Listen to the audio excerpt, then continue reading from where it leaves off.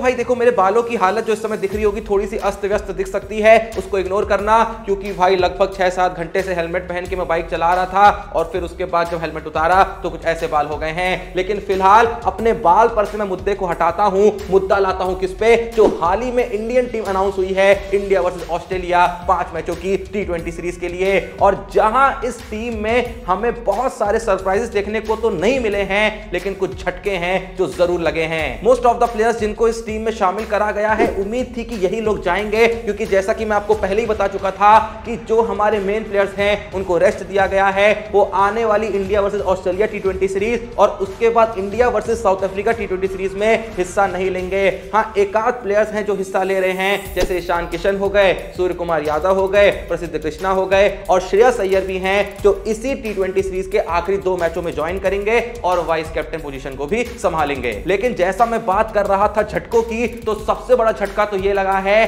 कि ये क्लियर कर दिया गया है बीसीसीआई की तरफ से कि अब हम भुवनेश्वर कुमार के बारे में नहीं सोचने वाले हैं, क्योंकि हाल ही में सैयद मुश्ताक अली ट्रॉफी में जिस तरीके की शानदार परफॉर्मेंस यहां पे भुवनेश्वर कुमार ने दी थी, चाहे इकोनॉमी के टर्म्स में हो गई, चाहे उनकी विकेट टेकिंग एबिलिटी की बात हो गई, दोनों ही मामलों में उन्होंने एक नंबर काम किया था। लेकिन बीसीसीआई ने कहा, सिलेक्टर्स ने कहा कि अब आपके बारे में हम नहीं सोच सकते हैं, आपको लाते हैं फिर हटाना पड़ता है, फिर लाते हैं फिर हटाना पड़ता है, इससे अच्छा हम किसी युवा पे अपने टाइम को इन्वेस्ट करेंगे, भले ही वो आपसे खराब बॉलिंग करा रहा है लेकिन कोशिश करेंगे कि उसको थोड़ा सा बेहतर बना सके। हालांकि मैं ये बात पहले भी कहता रहा हूं, फिर से कह रहा हूं कि इंडियन टीम का जो पेस अटैक है ना, जो खासकर ऐसी सीरीज में जाता है जो इंडियन बी टीम या इंडिया सी टीम का हिस्सा है, ये मेरे को बहुत बेकार लगता है। अब अभी भी देखिए टीम में किनको शामिल करा गया है, आवेश खान को, मुकेश कुमार को, अर्शदीप सिंह को, ये तीनों ही बॉलर ऐसे हैं जिनकी स्पीड वही 132, भाई मुकेश कुमार की तो 1-2 ओवर बाद जो स्पीड है ना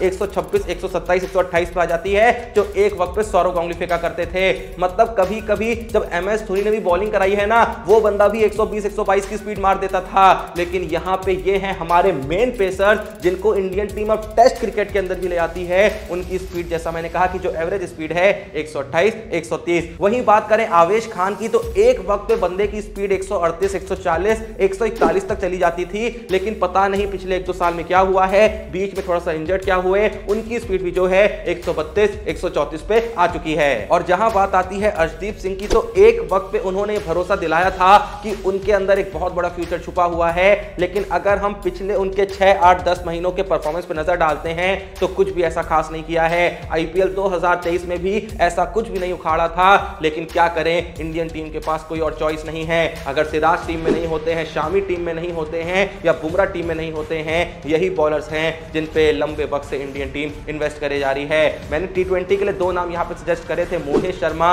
और आकाश मधवाल, लेकिन मुझे लगता है कि सिलेक्टर्स उनके बारे में ज्यादा सोच नहीं रहे हैं। पता नहीं क्यों नहीं सोच रहे हैं, लेकिन सोच नहीं रहे हैं। इकलौता नाम जो मुझे स्पेस अटैक में थोड़ा सा ठीक लग रहा है वो है प्रसिद्ध कृष्णा, और देखो वो भी ज्यादा ना वनडे क्रिकेट वाले बॉलर हैं, क्योंकि वो डेथ ओवर्स में कोई बहुत ज्यादा किफायती साबित नहीं होते हैं। शुरुआती ओवर में ठीक ठाक बॉलिंग करा सकते हैं, लेकिन वैसी T20 वाली जो बॉलिंग होती है ना, उसके बहुत ज्यादा गुण उनके अंदर नहीं है। हाँ, स्पीड अच्छी है, एक हार्ड लेंथ बॉल डालते हैं तो हाइट की वजह से उनकी बॉल जो है काफी उठती है, थोड़ी बहुत शुरुआती ओवर में बॉल स्विंग भी करा लेते हैं, तो ये सारे फायदे हैं। कम से कम ये तो फायदा है ही कि जितने भी पेस बॉलर्स हैं ना, उसमें सबसे ज्यादा जो पेस है वो प्रसिद्ध कृष्णा की है। स्पिन अटैक यहाँ पे फिर भी ठीक है, क्योंकि रवि बिश्नोई हैं, अक्षर पटेल हैं, होने को वाशिंगटन सुंदर भी हैं, पर मुझे लगता है कि पहली 2 चॉइस यहाँ पे जो रहेंगी वो अक्षर पटेल और रवि बिश्नोई होंगे। रवि बिश्नोई ने एशियन गेम्स में भी अच्छा खासा काम किया था, और अक्षर पटेल T20 क्रिकेट के अंदर तो ठीक ठाक कंट्रीब्यूशन दे देते हैं, क्योंकि अब तो बैटिंग भी अच्छी खासी करते हैं ना, तो स्पिन फिर भी ठीक लगी।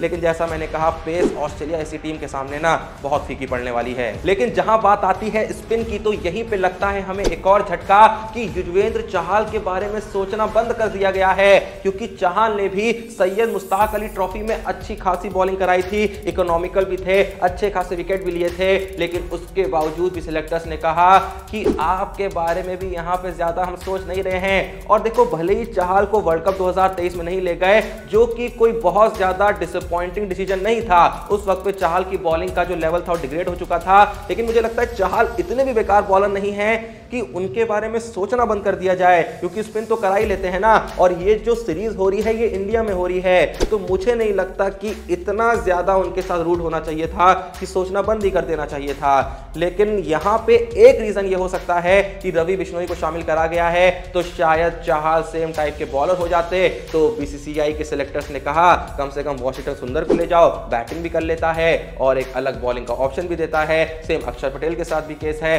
अलग तरीके का ऑप्शन देते हैं और बैटिंग भी कर लेते हैं। लेकिन चाहल बैटिंग तो बिल्कुल भी नहीं कर पाते हैं और बॉलिंग भी रवि बिश्नोई जैसी लगभग सेम ही है। अब देखो जिन बैट्समैनों को टीम में शामिल करा गया है कोई बहुत बड़े सरप्राइजेस नहीं है। सूर्य कुमार यादव है, ऋतुराज गायकवाड़ है जिनको पहले 3 मैचेस के लिए वाइस कैप्टन भी बनाया गया है। उसके बाद ईशान किशन है, यशस्वी जायसवाल हैं, तिलक वर्मा है, रिंकू सिंह है, Jitesh Sharma as a wicket keeper है। लेकिन जहां मैं कहता हूं कि Jitesh Sharma as a wicket keeper team में शामिल है, हालांकि ईशान किशन भी हैं, तो यहीं पे लगता है एक और झटका कि सेलेक्टर्स ने अब संजू सैमसन के बारे में भी सोचना छोड़ दिया है। मतलब कभी कभी मुझे लगता है कि दुनिया का सबसे कठिन काम पता है क्या है? संजू सैमसन होना। भाई उसके साथ देखो नाइंसाफी हो रही है नहीं हो रही है ये बात का मैटर है, लेकिन देखो 2 पल के लिए अगर वो बंदा बिल्कुल मेन टीम में जगह डिजर्व नहीं भी करता था, सेलेक्टर्स तो उसको ये हिंट देने में लगे हैं आप बिल्कुल कहीं भी जगह डिजर्व नहीं करते हो। सबसे पहले उस बंदे को वर्ल्ड कप 2023 की टीम से ड्रॉप कर दिया जाता है बिल्कुल आखिरी वक्त पे। किसके लिए? सूर्य कुमार यादव के लिए। बहुत लोग को यह डिसीजन सही भी लगता है, लेकिन जिस तरीके से सूर्या ने वर्ल्ड कप 2023 में परफॉर्म करा है कुछ ऐसा बहुत खास नहीं करा है कि लोग कहें कि वो जो डिसीजन था वो पूरे तरीके से जस्टिफाइड था। हालांकि सूर्या को भी बहुत ज्यादा मौके नहीं मिले हैं, लेकिन जितने भी मिले हैं उस बेसिस पे यही कहा जाएगा कि परफॉर्मेंस जो रही है एवरेज रही है या फिर बिलो एवरेज रही है। एक आध मैच को छोड़ दें तो सूर्या ने ऐसा कुछ भी नहीं उखाड़ा है। तो हो सकता है कि अब लोगों को ये लगे, और ऐसा हो भी रहा है कि लोग कह रहे थे कि क्या यहां पे संजू सैमसन ज्यादा काम नहीं आ सकते थे। देखो काम आते या नहीं आते ये तो जब जाते तभी पता चलता, लेकिन फिलहाल यहां पे मैं बस ये कहना चाहता हूं कि अगर आप उसको वर्ल्ड कप में नहीं भी ले गए थे तो आपने उसको एशियन गेम्स में क्यों नहीं भेजा जहां आपने इतने युवा प्लेयर्स भेजे? क्या उनके बीच भी संजू सैमसन जगह डिजर्व नहीं करते थे? आपने वहां इंडिया की बी टीम भेजी, क्या संजू सैमसन इतने खराब प्लेयर है कि इंडिया की बी टीम में भी जगह डिजर्व नहीं करते हैं? जबकि हमने इसी साल ये देखा है कि जब भी कोई बाहर की टीम यहां दौरा करती थी तो इंडिया ए के या बी के साथ उनके मैचेस कराए जाते थे ना, तो उस टीम का कप्तान कौन होता था? संजू सैमसन। मतलब जो प्लेयर आपका कुछ महीने पहले तक India A India B team का कप्तान हुआ करता था, आज वो player India B India C team के साथ जाना तक डिजर्व नहीं कर रहा है। तो मुझे नहीं लगता कि ये सत्य हो सकता है। संजू सैमसन के साथ कहीं ना कहीं जाती हो रही है। भाई कम से कम इस सीरीज में तो मौका देते। खैर जो भी ये वीडियो देख रहा है आप लोग का इस बारे में क्या कहना है? क्या संजू सैमसन को इस बार भी टीम में शामिल ना करना जस्टिफाइड है या फिर यहां पे मौका मिलना चाहिए था? जो भी आपकी इस बारे में ऑनेस्ट राय है कमेंट में जरूर बताइएगा। यहीं पे आप लोगों से मैं एक और सवाल पूछना चाहूंगा कि क्या कोई प्लेयर है जो आपको लगता है कि इस टीम में होना चाहिए था? उन प्लेयरों का नाम मत लीजिएगा जो वर्ल्ड कप 2023 में गए थे। कोई और प्लेयर जो आपको लगता है जगह डिजर्व करता था लेकिन उसके बारे में ज्यादा सोचा नहीं जा रहा है? मुझे लगता है कि रियान पराग को यहां मौका दिया जा सकता था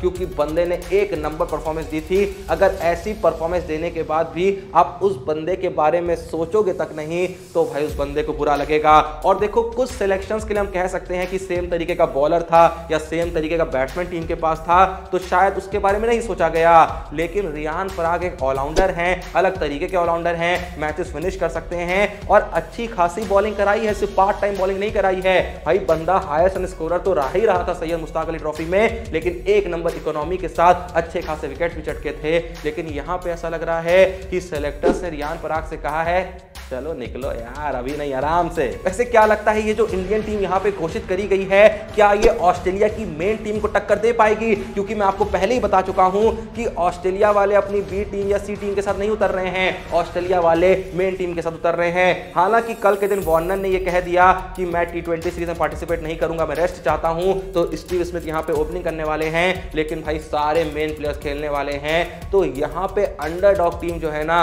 वो रहेगी तो इंडिया पर मजा आएगा भाई, टक्कर का मुकाबला होगा ये तो गारंटीड है। क्योंकि जो प्लेयर्स खेल रहे हैं यहाँ पे वो कोई ओंगे पोंगे प्लेयर्स तो है नहीं। आईपीएल बवाल मचा रखा है, बाकी तो मैचेस में पता चलेगा कितना बवाल मचाते हैं। तो इसीलिए जो भी वीडियो देख रहा है आप लोग का इस बारे में क्या कहना है? क्या मैचेस टक्कर के होंगे या फिर इंडिया जो है वो थोड़ी सी फीकी पड़ सकती है? और सेम टाइम पे क्या कोई नाम है जो आपको लगता है यहाँ पे शामिल होना चाहिए था? तो जो भी वो नाम आपके दिमाग में आ रहा है कमेंट में जरूर बताइएगा। वीडियो पसंद आई लाइक करिएगा, चैनल को सब्सक्राइब करिएगा। आवाज बहुत ज्यादा खराब खराब रखी है मैं जानता हूँ, उसको इग्नोर करिएगा। बालों को इग्नोर करने के लिए मैंने आपको ऑलरेडी कह दिया है।